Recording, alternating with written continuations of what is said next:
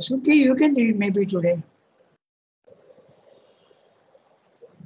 Yes, I will read. Yeah. Good morning, Rangada. Good morning, Good everybody. morning, Archana. Good morning. I was looking for the page. Oh, So, To speak yeah, go ahead. to speak of the process of Hatha Yoga as a scientific may seem strange to those who associate the idea of science only with the superficial phenomena of the physical universe, apart from all that is behind them. But they are equally based on definite experience of laws and their workings, and give, when rightly practiced, their well-tested results. In fact, Hatha Yoga is, in its own way, a system of knowledge. But while the proper yoga of knowledge is a philosophy of being put into spiritual practice, a psychological system, this is a science of being, a psychophysical system. Both produce physical, psychic, and spiritual results, but because they stand at different poles of the same truth, to one, the psychophysical results are of small importance. The pure psychic and spiritual alone matter. And even the pure psychic are only accessories of the spiritual, which observe all the attention. In the other, the physical is of immense importance. The psychic, mm, the a, psychical, a considerable fruit. The spiritual, the highest and consummating result. But it seems for a long time a thing postponed and remote, so great and observing is the attention which the body demands. It must not be forgotten, however, that both do arrive at the same end. Hatha Yoga also is a path, though by a long, difficult, and meticulous movement, to come up to the Supreme. Yeah. Okay. So, we'll quickly go through each sentence what we say. To speak of the processes of Hatha Yoga as scientific may seem strange to those who associate the idea of science only with the superficial phenomena of the physical universe, apart from all that is behind them. Okay? Because in the physical world also, for instance, we have the mobiles, okay? But then what is behind the mobiles are the vibrations going, which you don't see, they are not physical. So Sri Aurobindo wrote this 100 years ago. Okay, so we must. At that time, there were no X-ray machine. There was no radio. Radio may have been there, but mobiles were not there. Okay, so he's saying that Hatha Yoga is scientific because it uses psychological laws. Okay, and so people may be surprised that how the yoga can be science. That's what he said. Superficial phenomena use it. But they are equally based on definite experience of laws and their workings, and give, when rightly practiced, their well-tested results. Exactly as in science, okay, there's a laws that operate in the physical world, but we are not sure. But now we know that there are laws also in the vital world, there are laws also in the mental world, and as you keep going higher and higher, the laws start becoming more and more relaxed, more and more less intense, if you want. They become more and more lax. Okay. So at the highest level, there are no more laws at all. There's total freedom. Freedom and laws are opposites. So in the vital world, which the Hatha Yoga uses the body, but also the vital, mainly. Okay. Asanas, pranayama, and all this. So it gives you well-tested results, exactly as in science. In fact, Hatha Yoga is, in its own way, a system of knowledge, because you start from the body and the vital, but it gives you knowledge because you go and have experiences afterwards, which can definitely be the result of yogic practices. Okay? It's a knowledge, system of knowledge. But while the proper yoga of knowledge, that is Jnana Yoga, is a philosophy of being, put into spiritual practice the psychological system. This is the science of being, a psycho-physical system. So what he's saying is interesting. He's saying that Jnana Yoga starts from the mind and finally ends up in the physical world. Okay, you know, you get knowledge. But here he's saying it's the other way around. Hatha Yoga starts from the body and gets knowledge in the mental higher worlds. So they are opposite systems almost. That's what he's saying. In fact, Hatha Yoga is in its own way a system of knowledge. But while the proper yoga of knowledge, Jnana Yoga. Okay? It doesn't start with the body or the vital. It starts with the mind. Okay? Viveka. Okay? You have to develop discrimination. You have to viveka and vichara. You have to do investigation and you have to do also discrimination. You have to develop for the yoga of Jnana Yoga. Philosophy of being put into practice, spiritual practice. So then you put it into spiritual practice. Physical world, okay? It's not something outside. Jnana Yoga starts psychologically but ends up in the physical practice. A psychological system. But this is a science, Hatha Yoga. It's a science of being, okay, substance, a psycho-physical system. It is half psychological because it goes to the vital and physical system. Both produce physical, psychic, and spiritual results. Both of them finally, the results were comparable. But because they stand at different poles of the same truth, to one, these psycho-physical results are of small importance. The pure psychic and spiritual alone matter. That's it, Jnana Yoga. From Jnana Yoga, the physical results don't matter so much because ultimately they are going to give us the physical world. They are not going to pay any attention to it. And even the pure psychic are only accessories to the spiritual, which absorb all the attention. In the Jnana Yoga, the whole aim is the liberation of the soul. That's why they don't pay any attention to the body. But here in Hatha Yoga, you are giving a lot of importance to the body and starting from there. In the other, that is the Hatha Yoga, the physical is of immense importance. The psychical, a considerable fruit. The spiritual, the highest and consummating result. So it's almost opposite. One is paying maximum attention to the higher and getting some results in the lower, but they are going to reject the lower. Whereas the Hatha Yoga starts with the body, the lowest, and if the higher results come, they are happy. Okay. The psychical is considerable fruit. Considerable, not unimportant, quite good. And the spiritual is the highest and consummating result. So you can start from any point. You can start from the physical, you can start from the vital, you can start from the mind. They all give you the same result if pursued to the end. If you don't pursue to the end, then only you will get a considerable fruit. But it seems for a long time a thing postponed and removed. Which one is postponed? The spiritual. In the Hatha Yoga, the spiritual highest consummating result is postponed for a long time. In other words, the Hatha Yoga does not give you a spiritual result very easily. Okay? That's what it says.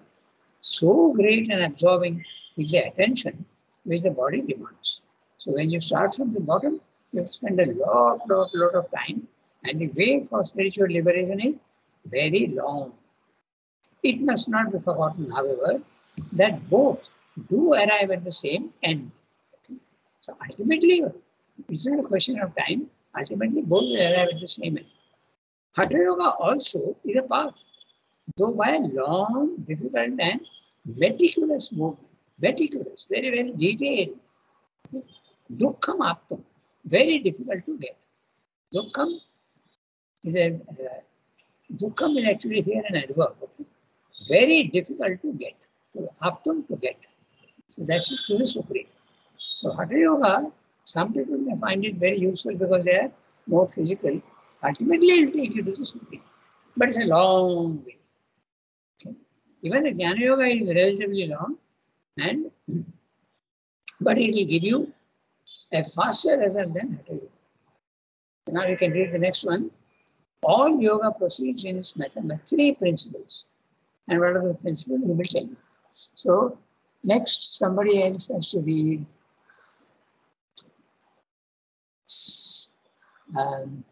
Archana Ji can read. Today, only 4 of you are there. The others are not there. And Yes, Rangada. yeah. I'm reading because after this I will not be able to. Okay. Go ahead. All yoga proceeds in its method by 3 principles of practice.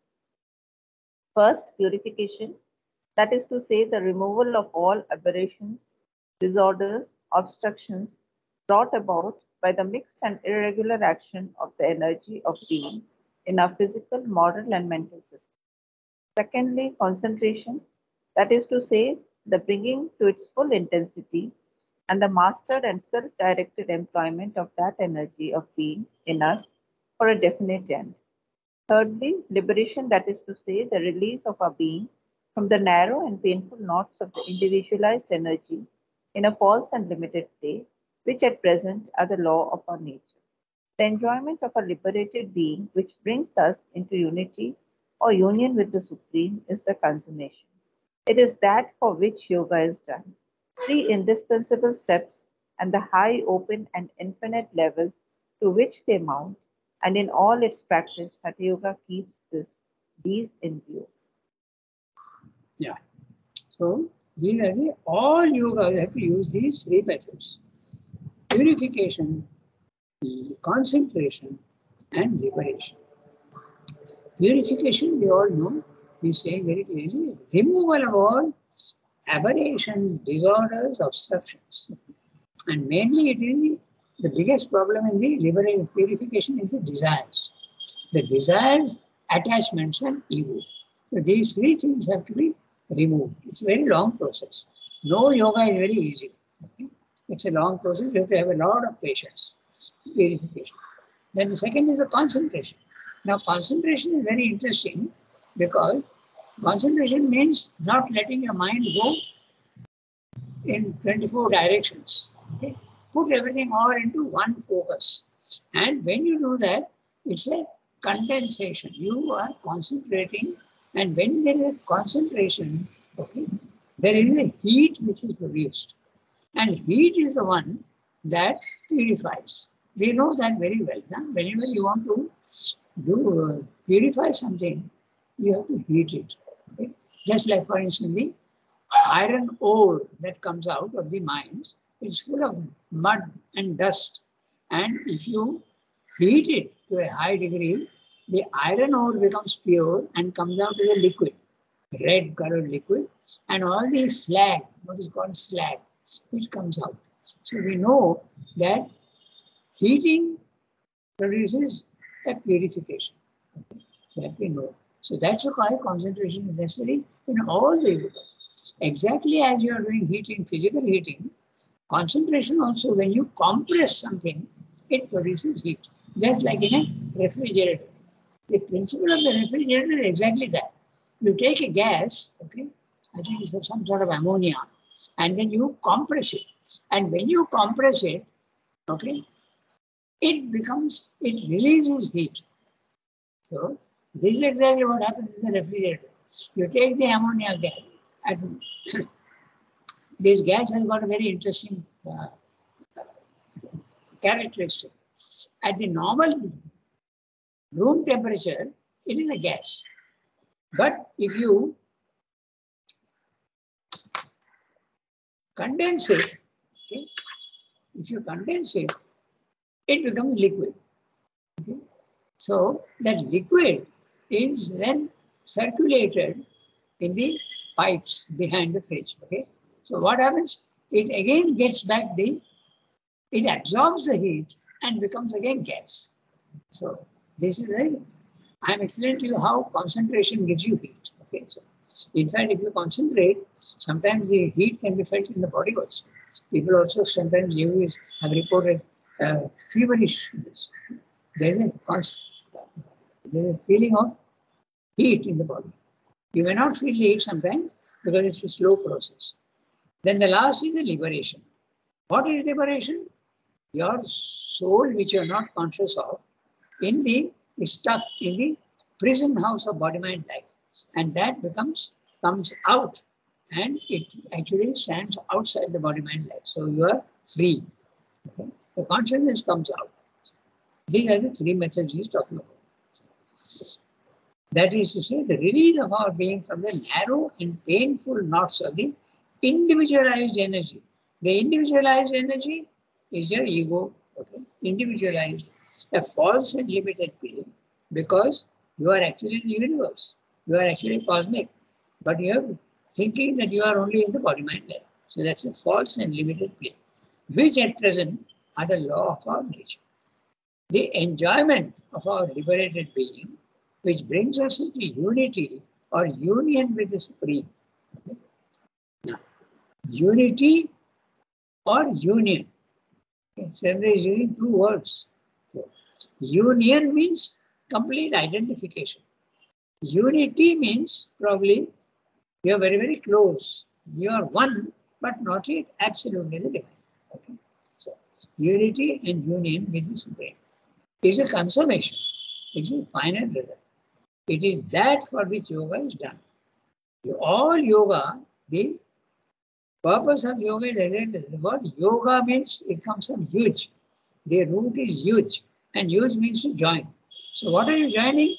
You are joining the individual soul to the Supreme Soul. That is yoga. Three indispensable steps and the high, open and infinite levels to which they mount. And in all its practice, Hatha Yoga keeps these in view. That the first phrase is, there's no verb, huh? Three indispensable steps and the high, open and infinite levels to which they mount. These are to be kept in mind. And in all its practice, Hatha Yoga keeps these in view. So, very small paras and easy to understand, nothing much difficult. Now we can read the third one. And I would like to ask Saroja Reddy if she would like to read. I don't know what she's using, whether she's using her phone or what, I don't know. But if you want to read, you are welcome to read. Otherwise, Kiran will read. I don't know if she is hearing me because she's muted herself. Sir, I'm using a phone only, iPhone. Would you like to read? I'm hearing through phone only, phone. Acha, okay. So then, Kiran. Yes, Rangada. Okay, go ahead, read. Okay. The two main members of its physical discipline, to which the others are mere accessories, are asana, the habituating of the body to certain attitudes of immobility, and pranayama, the regulated direction and arrestation by exercise of breathing of the vital currents of energy in the body. The physical being is the instrument, but the physical being is made up of two elements, the physical and the vital, the body of which is the apparent instrument and the basis and the life energy, prana, which is the power and the real instrument. Both of these instruments are now our masters. We are subject to the body, we are subject to the life energy. It is only in a very limited degree that we can, though souls, though mental beings, at all pose as their masters. We are bound by a poor and limited physical nature. We are bound consequently by a poor and limited life power, which is all that the body can bear, or to which it can give scope. Moreover, the action of each and both in us is subject not only to the narrowest limitations, but to a constant impurity, which renews itself every time it is rectified, and to all sorts of disorders, some of which are normal, a violent order, part of our ordinary physical life, others abnormal, its maladies and disturbances. With all this, Hatha Yoga has to deal. All this it has to overcome, and it does it mainly by these two methods, complex and cumbrous in action, but simple in principle and effective. Okay, very small para, we'll read that. Very simple, nothing very. So, the two main members of this physical discipline, its physical discipline, to which the others are mere accessory, are asana, the habituating of the body to certain attitudes of immobility. So, what he's saying is that you have to teach the body to be absolutely immobile. There are children who are very, very fickle, and they are constantly restless and moving about all the time. If you have seen little puppies, you hold them and they will go on wiggling, wiggling. They can't stay quiet at all. So some dogs, when they become old, they remain quiet, calm and quiet, but not little puppies. Okay. So human beings are like that. Okay. I had this problem also of, I tell you very frankly, I can't remain silent. Okay. Can't remain physically quiet. I have to move all the time. So this is habituating the body to certain attitudes of immobility. Because immobility also can be of various types. Okay. And pranayama. Pranayama is a breathing. The regulated direction and arrestation by exercise of breathing of the vital currents of energy in the body. Okay. So the energy is like the battery which supplies the power to the phone. The phone is the physical body and the battery is the vitality. It provides the energy. If the vital is not providing energy to the body is dead. Exactly like in a phone. The phone is alive only when there is a battery is working. Take out the battery, the vital, and the phone is of no use at all. It's dead. Okay? It's exactly the same. That's what Sid is saying. And by exercises of breathing, there are three main breathing. There is the Rechaka, Puraka, and Kumbhaka. Okay? Puraka is filling the lungs with air. Puraka. Then Rechaka is the bringing out, okay, exhalation, throwing out the breath from the lungs. And Kumbhaka is the keeping without breathing. You breathe in and then you Kumbhaka. You stay put for some time without breathing. Take in and wait. It depends on the exercise. And then after that, you can breathe out. So if you wait for some time, you are giving the oxygen which you have breathed in, you are giving it time to get into the bloodstream. And then also the lungs are collecting all the carbon dioxide, and then you breathe it out. So the breathing should be very regular and very, very relatively slow. Okay, it should be very, very calm and quiet. This is what we say. The physical, the exercise breathing, vital current of energy in the body. The physical being is an instrument, just like I said before. But the physical being is made up of two elements, the physical and the vital. The body, which is the apparent instrument and the basis, and the life energy prana, which is the power and the real instrument. You can compare it very clearly to either a computer or a phone or whatever you want. Okay, so there is the physical part and there is the energy part. Both of these instruments are now our masters. So what does it mean? The body is our master. We are not the master of the body. The body dictates terms to us and we have to meekly, surrenderingly, we have to agree to what the body is saying. Body says, I am hungry, I need food, and then you have to eat. Then when it says it is thirsty, you have to drink water to satisfy it. And when it says, I am tired, I want to sleep, then you satisfy it. So this is the body. You are a slave to the body. And a slave also to the vital, because your desires and attachments are all in the vital. So that's what Siddha is saying. Both of these instruments, body and vital, are now our masters. They are the masters. We are the subject. We are subject to the body. We are subject to the life energy.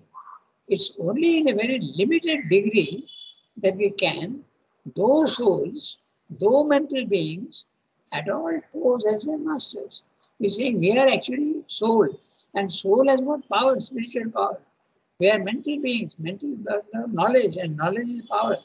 Yet we cannot be their master. We very rarely can we claim that we are masters of the body and mind. At all pose as a master.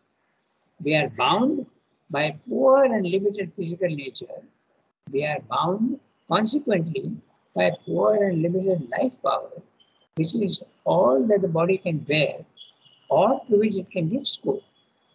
Moreover, the action of each and both in us is subject not only to the narrowest limitations, but to a constant impurity. Constantly there is impurity. Because of desires and attachments, impurity is coming in, which renews itself every time it is rectified.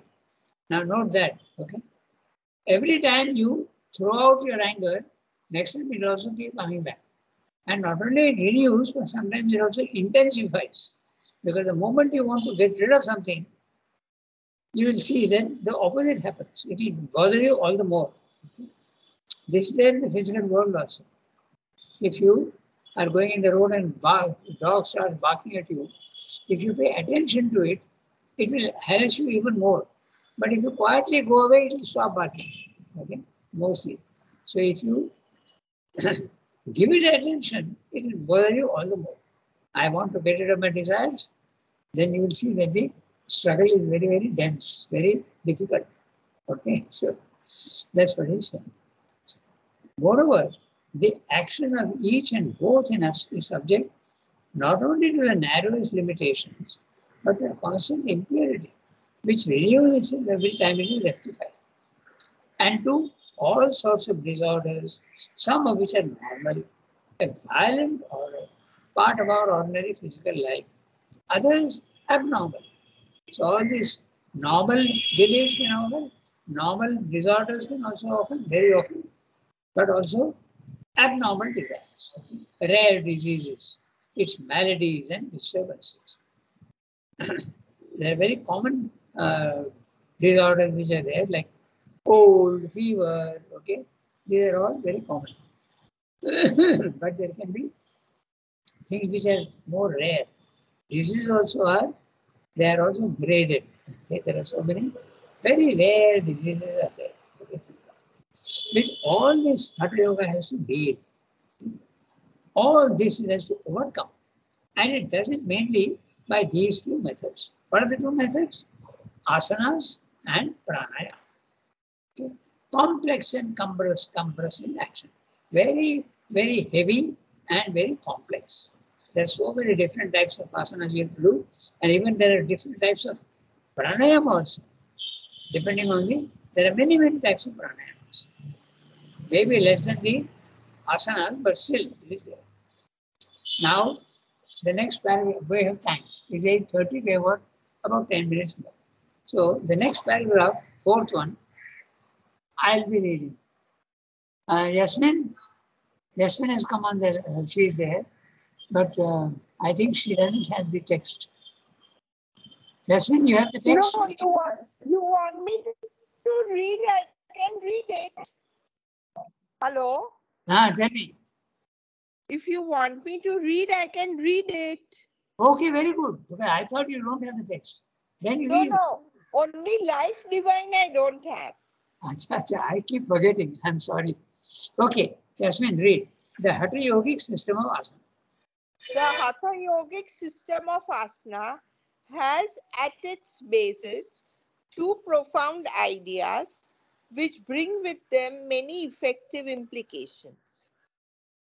The first is that of control by physical immobility. The second is that of power of immobility.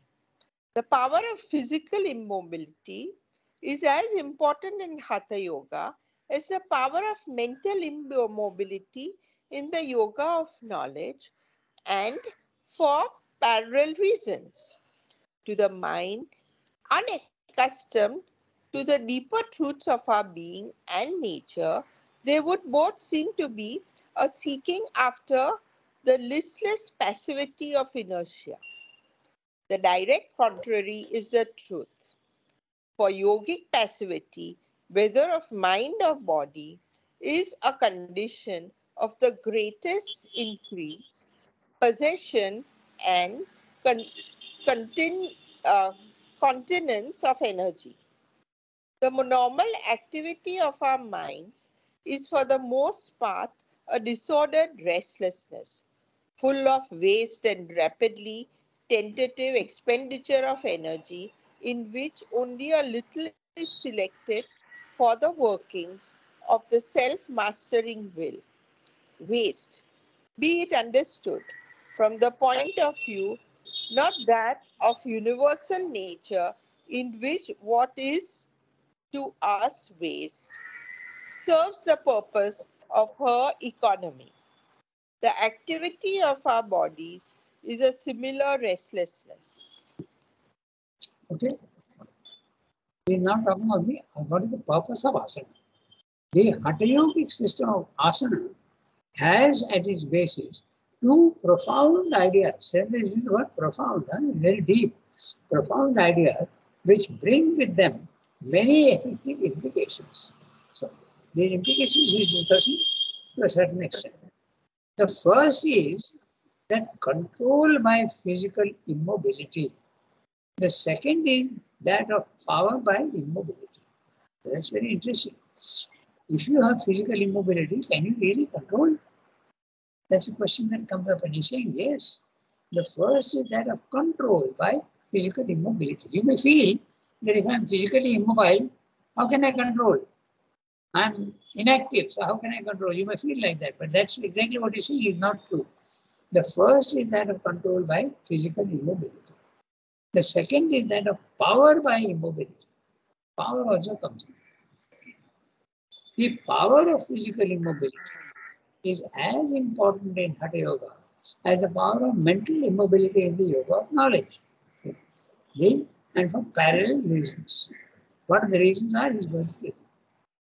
To the mind unaccustomed to the deeper truths of our being and nature, they would both seem to be a seeking after the listless passivity of inertia. So, it would seem to us that you are only just wanting to be, in a way, lazy, listless passivity of inertia. Immobility, Srila is going to tell us, is not inertia. It's a power. It's on the other hand. Okay? The direct contrary is the truth. Okay? For yogic passivity, whether of mind or body, is a condition of the greatest increase, possession, and continence of energy. Continence, keeping full. Okay? Continence, not wasting, opposite of waste. Okay? Continence of energy. The normal activity of our minds is, for the most part, a disordered restlessness. In other words, we are simply wasting the energy that is there in us, okay, by useless talk or useless attention to all sorts of things. A disordered restlessness, full of waste and rapidly tentative expenditure of energy, in which only a little is selected for the working of the self-mastering will. So, he's saying that a question of waste is coming. If you try to meditate, okay, for half an hour, you will see that you have been able to do it only for about 3-4 minutes. And the rest of it all, the mind is wandering here and there. You have to catch the mind and bring it back to what you're concentrating on. That is the way the Gita expresses how to concentrate. Suppose you're concentrating on a flame. Okay, you're sitting in a house and there's a flame, and you're concentrating on the flame, nothing else. On the flame only, you're just concentrating your mind. Then you will suddenly see that your mind has gone off into all sorts of other channels. Okay. Oh, I had an appointment today, I have not gone. Oh, I had to meet that person. All this sort of thing will go. Okay, what is there for dinner? I have to get some vegetables from the market. All the ideas will start moving about in you. Okay? But is the opposite. If you can make it absolutely calm and quiet the mind, then it develops a power. The yogic passivity, whether of mind or body, is a condition of greatest increase, possession, and continence of energy. The normal activity of our minds is, for the most part, a disordered restlessness. It is disordered and restless. But meaningful activity is not disordered and it is not restlessness. It is focused work. Okay, that's the opposite. But our normal thing is disordered restlessness, full of waste and rapidly tentative expenditure of energy. Tentative, hesitating, not knowing exactly what to do. Okay, rapidly tentative expenditure. So where a lot of our energy is wasted. Of course, it's very obvious that when you're gossiping, you are wasting a lot of energy, unnecessary. It's not going to help you in any way. There are so many other ways also of doing it. So that's what Chandra is saying. So rapidly tentative expenditure of energy, in which only a little is selected for the working of the self-mastering will. Most of our actions are not mastery-oriented. We don't want to become master of ourselves, most of them. And so that energy is wasted. And waste, be it understood, as we say, from this point of view, not of that of universal nature, in which what is to us waste serves the purposes of our economy. So we say, in the human being, what energy you are wasting is absolutely of no use at all. But waste in nature, what you consider waste in nature, is not waste at all. Okay? It has got a purpose and a meaning. We can see many things like that. We can see, for instance, when a fish is laying eggs, it lays a huge amount of eggs, but only some become fish. The rest, what happens? They serve as food for others. So it's not a waste. Okay? Then look at the amount of the energy that the sun is sending. Huge amount in the sun. But by the time it comes to us, it's just one faint warmth. Okay? So why? What is that? What is this waste? Okay? You can see waste everywhere in nature, but actually it's not waste. Okay? When you look at the sky at night, you will see millions and millions of stars. Why millions and millions? Make less, perhaps. Waste of energy. But when they say no, there it serves a purpose. That's another discussion, and we'll do that. I used to make this so students tell me, okay, waste. How it is also not waste. For instance, take a flood. Okay, a flood comes and does a huge amount of damage. Waste. Okay, sometimes even big. There's so much of destruction that takes place. It's a waste. Whole buildings get collapsed and cars are driven out and drowned and thrown away. Okay, all this happens. But is there something positive? So that's something interesting we can discuss one day. All waste in nature is not waste. There's a purpose to it. That's what he said. So, but the problem with our body is the activity of our bodies is a similar restlessness. So that's what he said. So 8:40, we'll stop here today. And it is a sign of a constant inability of the body. That will take up next time. Sonki is there today, so Sonki will know that. It's a sign of the constant inability. Au revoir, everybody. Have a nice day. Thank you, Raghu.